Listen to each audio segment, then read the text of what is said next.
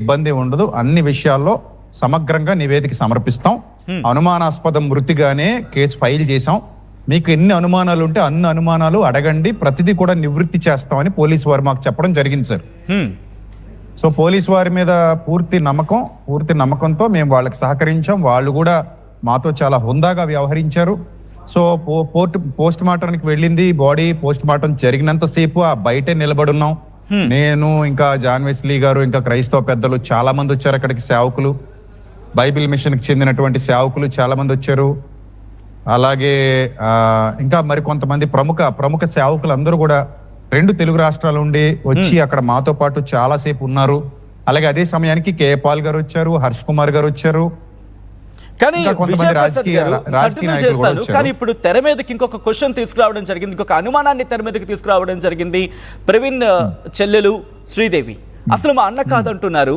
So ఈ నేపథ్యంలో వాళ్ళ ఫ్యామిలీతో మేము మాట్లాడిన సందర్భంలో ఎందుకు అటువంటి అనుమానం వస్తోంది? యాక్చువల్లీ వాళ్ళ ఫ్యామిలీ మెంబర్స్ తో నాకు పర్సనల్ గా టచ్ లేదండి. ఓన్లీ ప్రవీణ్ పగడాల్ గారితోనే నాకు పరిచయం. ఓకే. వాళ్ళ ఫ్యామిలీ మెంబర్స్ తో నాకు ఎలాంటి వ్యక్తిగత పరిచయం లేదు. వాళ్ళ మిస్సెస్ ఒకసారి నాకు హైదరాబాద్ ఎయిర్పోర్ట్ లో నేను హైదరాబాద్ ఎయిర్పోర్ట్ లో దిగినప్పుడు వాళ్ళ కారులో నేను కొంతసేపు ట్రావెల్ చేశాను చాలా రోజుల క్రిందట. వాళ్ళ మిస్సెస్ ప్రవీణ్ గారు కలిసి మేము ముగ్గురం కలిసి ట్రావెల్ చేసాం.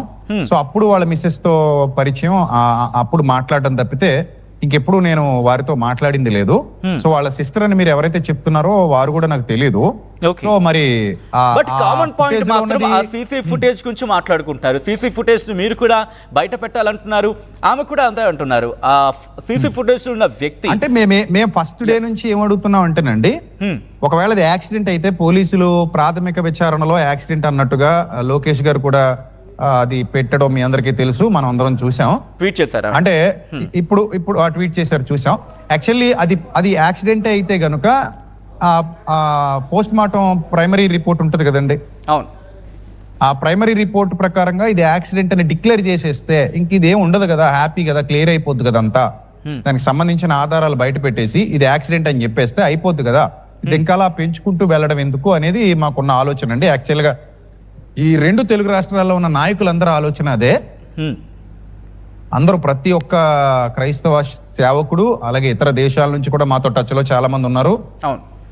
రాజకీయ నాయకులు కూడా చాలా మంది మాతో టచ్ లో ఉన్నారు. వాళ్ళందరూ ఆలోచన ఒకటే, తొందరగా దీన్ని క్లియర్ చేసేస్తే అయిపోద్ది, అదేంటో చెప్పేస్తే అయిపోద్ది అని ఎదురు చూస్తున్నాం. రేపు గౌరవనీయులు ఎస్పీ గారు పోస్ట్ మార్టం రిపోర్ట్ ఇస్తా అన్నారు.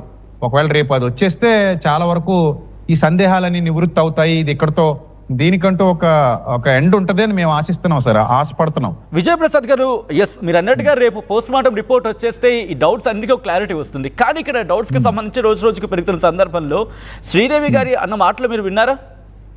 విన్నాను సార్. ఇప్పుడు వాళ్ళ మా అన్నయ్య కాదు అంటున్నారు, మరి వాళ్ళకి తెలుస్తుంది సార్, మాకు తెలియదు కదా అది. ఇప్పుడు వాళ్ళ అన్నయ్య ఎలా ఉంటారు, ఆయన ఫిజిక్ ఎలా ఉంటది, ఆయన డ్రెస్ ఏంటి, ఆ డ్రెస్ ఆయిందా కాదా, ఇవన్నీ కూడా ఇంట్లో వాళ్ళకి తెలుస్తాయి సార్. మరి ఒకవేళ నిజంగా రియల్ గా వాళ్ళ సిస్టర్ అయ్యి ఉంటే, ఆమె వాళ్ళ ఇంట్లోనే ఉండుంటే ఆమెకు తెలిసినంత సమాచారం మాకు తెలియదు కదా సార్ యాక్చువల్లీ. అవును. అలాగే ఆమె చెప్పింది కూడా పోలీసులకి చెప్పమనండి సార్, అది ఇక్కడ కాదు. ఇక్కడ మీడియాకి చెప్పడం వల్ల ఉపయోగం ఏముంది సార్? డైరెక్ట్ పోలీసులని అప్రోచ్ అయ్యి వాళ్ళు ఎలాగో ఇన్వెస్టిగేషన్ చేస్తున్నారు కాబట్టి పోలీసు వారికి సమాచారం అంతా ఇచ్చి, ఇది మా అన్నయ్య టీషర్ట్, ఇది మా అన్నయ్య టీషర్ట్ కాదు, ఇది మా అన్నయ్య ఓల్డ్ ఫోటో, సో ఇక్కడ సీసీటీవీ ఫుటేజ్ లో కనబడుతున్నది మా బ్రదర్ కాదు అని ఏమైనా వాళ్ళకి సందేహం ఉంటే నేరుగా పోలీసులను అప్రోచ్ అయ్యి వాళ్ళకే చెప్తే చాలా మంచిది. రెండోది, ఆయన హైదరాబాద్ నుంచి బయలుదేరాడు కాబట్టి హైదరాబాద్ నుంచి ఎన్నో టోల్ గేట్లు దాటుకుంటూ వచ్చి ఉండాలి కదండి. అవును. ప్రతి టోల్ గేట్ లో ఆయన పరిస్థితి ఎలా ఉంది, ఎలా నడుపుతున్నాడు. ఇందాక ఒక మాట విన్నాను నేను, ఆయనకి ఏదో మందు దాగి డ్రైవ్ చేస్తున్నాడని సోషల్ మీడియాలో కొంతమంది ట్రోల్ చేస్తున్నారని ఆమె బాధపడుతున్నట్టుగా నేను ఒక రికార్డ్ విన్నాను ఇప్పుడు. అవును. సో ఇప్పుడు అది నిజమైతే ఆయన ఎక్కడెక్కడ నుంచి ట్రావెల్ చేసుకుంటూ వచ్చాడు, ఎక్కడ ఆగాడు, అదంతా కూడా తెలిసిపోద్ది కదండి. ఎలాగ ప్రతి టోల్ గేట్ దాటుకుంటూ వస్తున్నప్పుడు ప్రతి టోల్ గేట్ లో కూడా సీసీటీవీ కెమెరాలు ఉంటాయి హైదరాబాద్ నుంచి. అటు తెలంగాణ గవర్నమెంట్ ఇన్వాల్వ్ అయ్యి ఏమండి ట్రావెల్ హిస్టరీ తీయాల్సిన అవసరం ఉంది ఆయనది. అంతే కదా మరి. అప్పుడు వీళ్ళు డైరెక్ట్ పోలీసులను అప్రోచ్ అయ్యి వాళ్ళ ఫ్యామిలీ మెంబర్స్ ఎవరైతే ఇప్పుడు మీతో మాట్లాడారో వాళ్ళు ఈ ఇష్యూని వాళ్ళకి తెలియజేస్తే, ఇటు ఆంధ్ర పోలీసులకు కానివ్వండి లేదా తెలంగాణ పోలీసులకు కానివ్వండి తెలియజేస్తే వాళ్ళు ఇంకా ఫర్దర్ గా ఇన్వెస్టిగేషన్ చేయడానికి వాళ్ళకు కొన్ని క్లూస్ దొరుకుతాయి కదా. ఇప్పుడు చాలా మంది అనుమాన పడుతున్నారండి. అనుమానం ఏంటి, ఈ కొవ్వూరు రావడానికి ముందే ఏదైనా జరిగిందా ఆయన మీద అటాక్ అని చాలా మంది అనుమానపడుతున్నారు. హ్మ్. అది నిజమా కాదా అనేది వీళ్ళు ఇచ్చే ఎవిడెన్స్ల మీదే కదా ఆధారపడి ఉంటది. అవును. ఇప్పుడు మాకు కేవలం ఒక క్రిస్టియన్ లీడర్గా, ఒక క్రైస్తవ బోధకుడిగా, సేవకుడిగా ఆయన మరణించటాన్ని చాలా బాధగా ఫీల్ అయ్యాం మేము. ఆయన మరణించాడన్న వార్త మేము మొదటగా జీర్ణించుకోలేకపోయాం. హ్మ్. మొదట యాక్సిడెంట్ అన్నప్పుడు అయ్యో పాపం అనుకున్నాం, చాలా జాలి పడ్డాం. అయ్యో పాపం ఎందుకు యాక్సిడెంట్ అయింది, ఆయన బైక్ మీద రాకుండా ఉండుంటే బాగుండేది, ఈయందే తప్పు. నేను ఇలాగే అనుకున్నా మనస్ఫూర్తిగా, ఈయందే తప్పు, ఈయన బైక్ మీద రాకుండా ఉండుంటే బాగుండేది, కారులో వచ్చి ఉంటే బాగుండేది, ఏదైనా బైక్ ఏదైనా ట్రాన్స్పోర్ట్ కేసేసి ఈయన ఫ్లైట్లో వచ్చినా బాగుండేది, ఎందుకు ఇంత బైక్లో రావాల్సిన పరిస్థితి అని నేను అనుకున్నాను ఫస్ట్. బైక్లో రావడాన్ని బట్టే కదా యాక్సిడెంట్ అయింది అని అనుకున్నాను ఫస్ట్. కానీ ఆ స్పాట్కి వెళ్ళి చూసిన తర్వాత కొన్ని అనుమానాలు వ్యక్తమయ్యాయి. హ్మ్. హ్మ్. నాకే కాదు, యావత్ క్రైస్తవ సమాజానికి, చాలా మంది స్పీకర్లకి, ఈవెన్ కే పాల్ గారు అదే చెబుతున్నారు, రాజేష్ మహాసేన గారు అదే చెబుతున్నారు, హర్ష్ కుమార్ గారు ఎంపీ గారు, మాజీ ఎంపీ గారు ఆయన అదే చెప్తున్నారు. ఈవెన్ జగన్మోహన్ రెడ్డి గారు కూడా ఏదో మాట్లాడారని విన్నాను, ఆ షర్మిల గారు కూడా ఏదో మాట్లాడారని విన్నాను.